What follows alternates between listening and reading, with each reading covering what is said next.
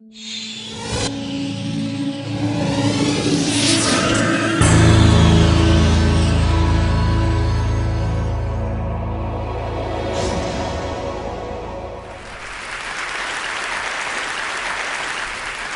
else. At least I've discovered what it is we put our speakers through.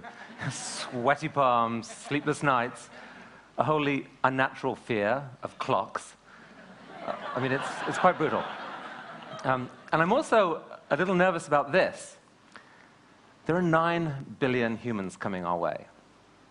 Now, the most optimistic dreams can get dented by the prospect of people plundering the planet. But recently, I've become intrigued by a different way of thinking of large human crowds, because there are circumstances where they can do something really cool. It's a phenomenon that I think any organization or individual can tap into. It's certainly impacted the way we think about TED's future and perhaps the world's future overall.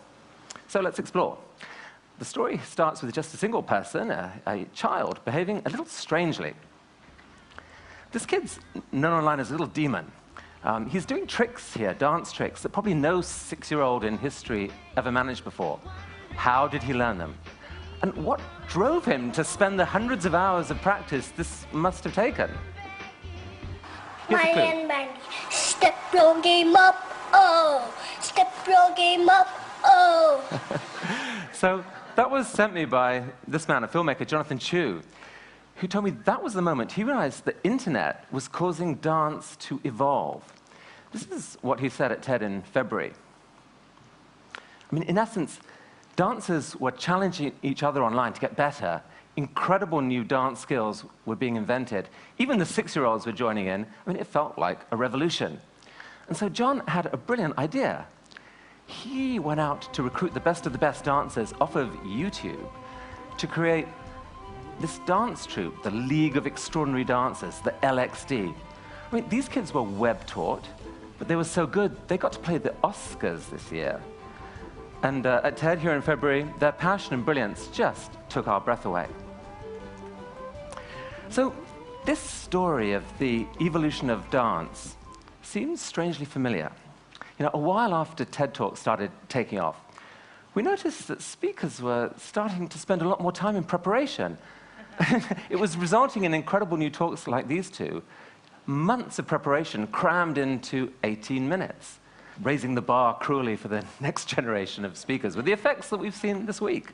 And it's not as if JJ and Jill actually ended their talk saying, "Step your game up," but they might as well have.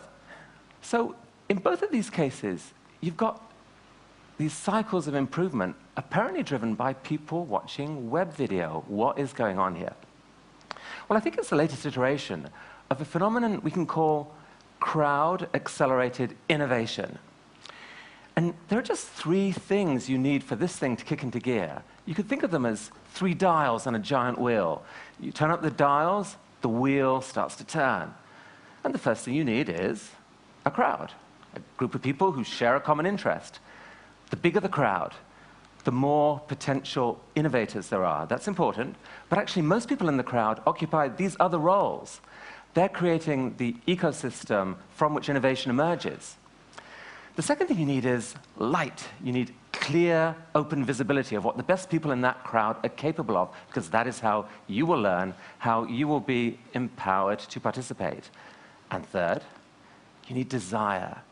You know, innovation's hard work. It's based on hundreds of hours of research, of practice. Absent desire, not going to happen.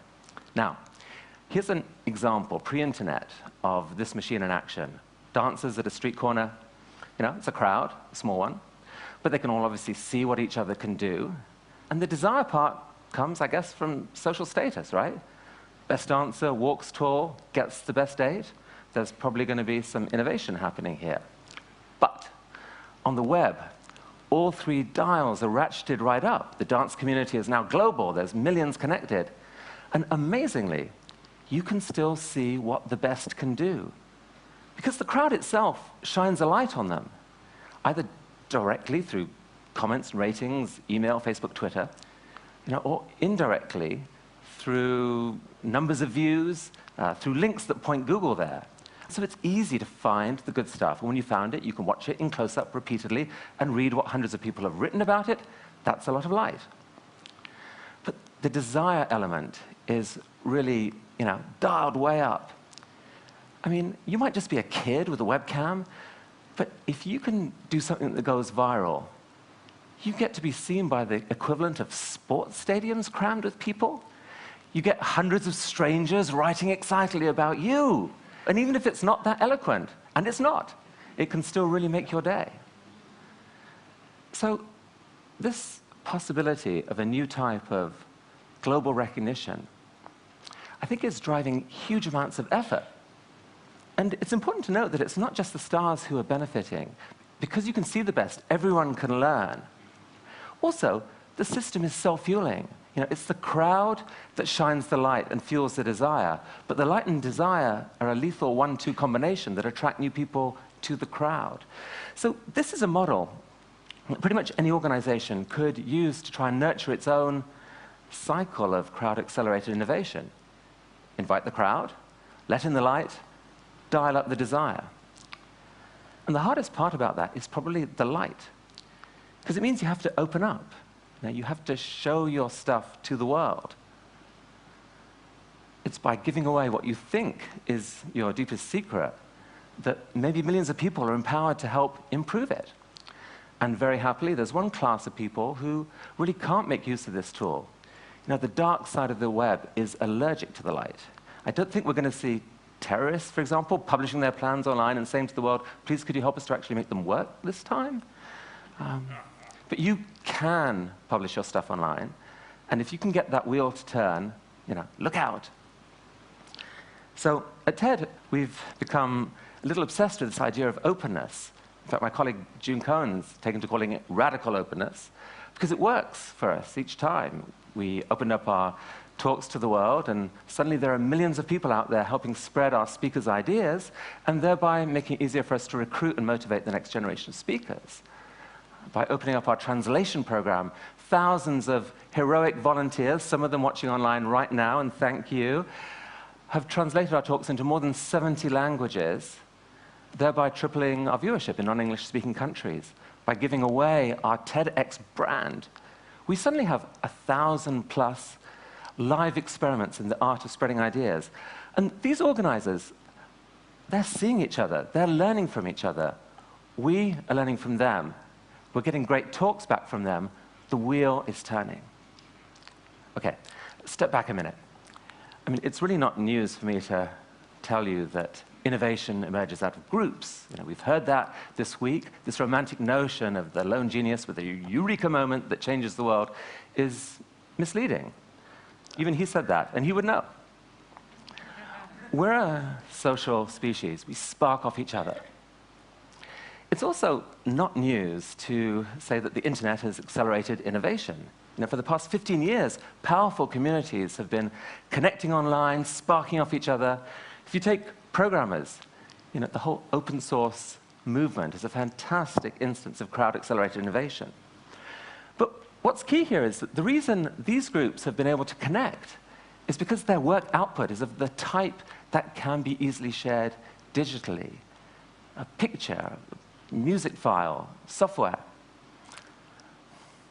And that's why, what I'm excited about, or what I think is underreported, is the significance of the rise of online video. This is the technology that's going to allow the rest of the world's talents to be shared digitally, thereby launching a whole new cycle of crowd-accelerated innovation. The first few years of the web were pretty much video-free. For this reason, video files are huge. The web couldn't handle them. But in the last 10 years, bandwidth has exploded 100-fold. Suddenly, here we are. Humanity watches 80 million hours of YouTube every day. Cisco actually estimates that within 4 years, more than 90% of the web's data will be video.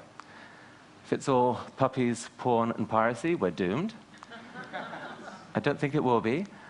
Video is high bandwidth for a reason. It packs a huge amount of data, and our brains are uniquely wired to decode it. Here, let me introduce you to Sam Haber. He's a unicyclist. Before YouTube, there was no way for him to discover his sport's true potential. Because you can't communicate this stuff in words, right? But looking at video clips posted by strangers, a world of possibility opens up for him. Suddenly he starts to emulate and then to innovate, and a global community of unicyclists discover each other online, inspire each other to greatness. And there are thousands of other examples of this happening, of video-driven evolution of skills, ranging from the physical to the artful. And I have to tell you, as a former publisher of hobbyist magazines, I find this strangely beautiful. I mean, there's a lot of passion right here on this screen. But if Rube Goldberg machines and video poetry aren't quite your cup of tea, how about this? Jove is a website that was founded to encourage scientists to publish their peer-reviewed research on video. There's a problem with a traditional scientific paper. It can take months for a scientist in another lab to figure out how to replicate the experiments that are described in print. Here's one such frustrated scientist, Moshe Pritzker, the founder of Jove. He told me that the world's wasting billions of dollars on this. But look at this video. I mean, look, if you can show, instead of just describing, that problem goes away. So it's not far-fetched to say that at some point, online video is going to dramatically accelerate scientific advance. Here's another example that's close to our hearts at TED, where video is sometimes more powerful than print, the sharing of an idea. Why do people like watching TED Talks? All those ideas are already out there in print. It's actually faster to read than to view. Why would someone bother?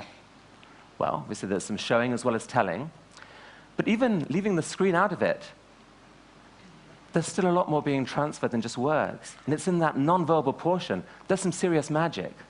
Somewhere hidden in the physical gestures, the vocal cadence, the facial expressions, the eye contact, the passion, the kind of awkward British body language, the sense of how the audience are reacting. There are hundreds of subconscious clues that go to how well you will understand and whether you are inspired. Light, if you like, and desire. Incredibly, all of this can be communicated on just a few square inches of a screen. Reading and writing are actually relatively recent inventions. Face-to-face communication has been fine-tuned by millions of years of evolution. That's what's made it into this mysterious, powerful thing it is. Someone speaks, there's resonance in all these receiving brains, the whole group acts together. I mean, this is the connective tissue of the human superorganism in action. It's probably driven our culture for millennia. 500 years ago, it ran into a competitor with a lethal advantage. It's right here. Print, scaled. The world's ambitious innovators and influencers now could get their ideas to spread far and wide. And so, the art of the spoken word pretty much withered on the vine. But now, in the blink of an eye, the game has changed again. It's not too much to say that what Gutenberg did for writing, online video can now do for face-to-face communication. So that primal medium, which your brain is exquisitely wired for, that just went global. Now, this is big. we may have to reinvent an ancient art form. I mean, today, one person speaking can be seen by millions, shedding bright light on potent ideas, creating intense desire for learning and to respond, and in his case, intense desire to laugh. For the first time in human history, talented students don't have to have their potential and their dreams written out of history by lousy teachers. They can sit 2 feet in front of the world's finest. Now, TED is just a small part of this. I mean, the world's universities are opening up their curricula. Thousands of individuals and organizations are sharing their knowledge and data online. Thousands of people are figuring out new ways to learn and, crucially, to respond, completing the cycle. And so, as we've thought about this, it's become clear to us what the next stage of TED's evolution has to be. TED Talks can't be a one-way process, one to many. Our future is many to many.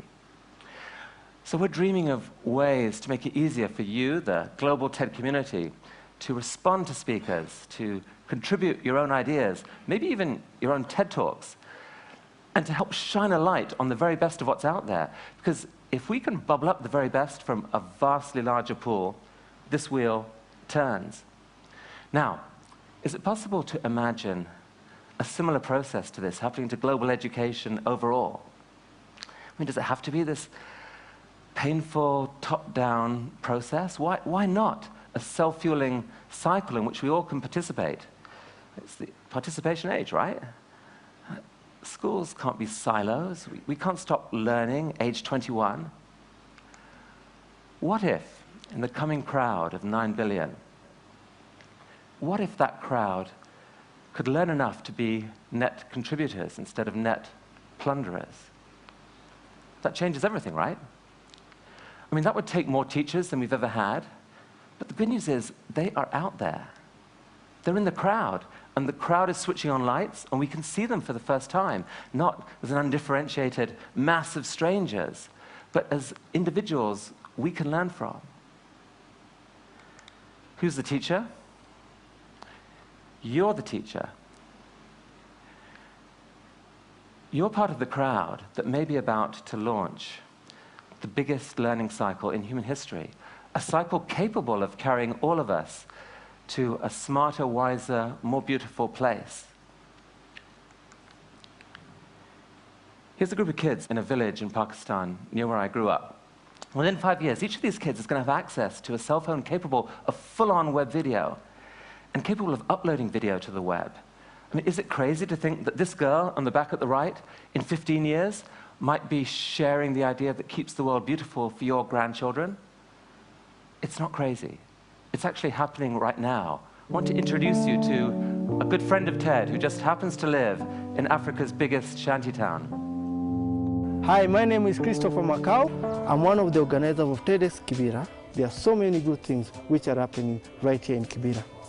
There is a self-help group. They have turned a trash place into a garden. The same spot, it was a crime spot whereby people were being robbed. They are using the same trash to form green manure. The same trash site is feeding more than 30 families. We have our own film school. They are using flip cameras to record, edit, and reporting to their own channel, Kibera TV. Because of scarcity of land, we are using the sacks to grow vegetables and also able to save on the cost of living. Changes happens when we see things in a different way. Today, I see Kibera in a different way. My message to TED Global and the entire world is Kibera is a hotbed of innovation and ideas.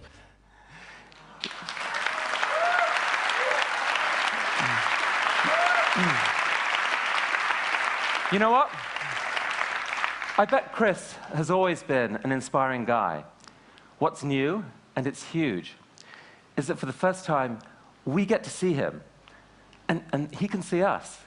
Right now, Chris and Kevin and Dennis and Dixon and their friends are watching us in Nairobi right now.